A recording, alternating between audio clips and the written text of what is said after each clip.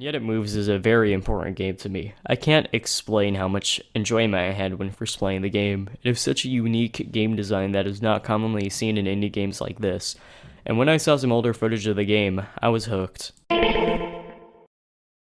The prototype for Yet It Moves was first publicly announced, which also got the rewards for 2007 Independent Games Festival Student Showcase winner.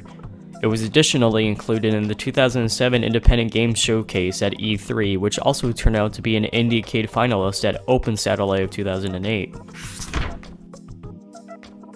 Supposedly, the 2006 or 2007 build of Yet It Moves was released to their website. It was uploaded to their own website, and yetitmoves.net, with a description that says, "You will find yourself in a world made of ripped paper. Within this paper collage, you can jump, run, and last but not least, rotate the world. Applying the physical consequences of rotation is the goal to master tricky situations. There are a lot of differences I can notice in comparison with the later builds." The style of the cave was a lot darker and simplistic, with an ambient that would make you feel uneasy. Turning the world would be a lot slower, which would gain more speed compared to the retail versions, giving a higher chance of death for the player. Upon respawning, the player's body would rebuild sooner rather than rebuilding itself at the last checkpoint. There was a mechanic where if you got too far away from an object that is necessary to the puzzle, it would open something along the lines of a mini-map.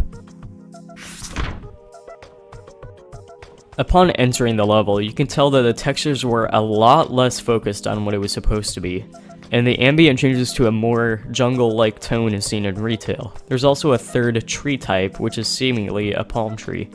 The floor seemed more like a wasteland than it does in retail, although it is supporting trees, and it doesn't have a mossy floor. The swing had a more wild look, with the platform being covered in moss, and instead of a rope, it was branches holding up the platform. There comes a scene where it turns into a chase. You'll lose the ability to turn the world around as it does it automatically for you. Intense music plays as the world has small earthquakes, although it is understandable why this chase scene was removed. The chase ends with you diving through the black void and landing in somebody's hand.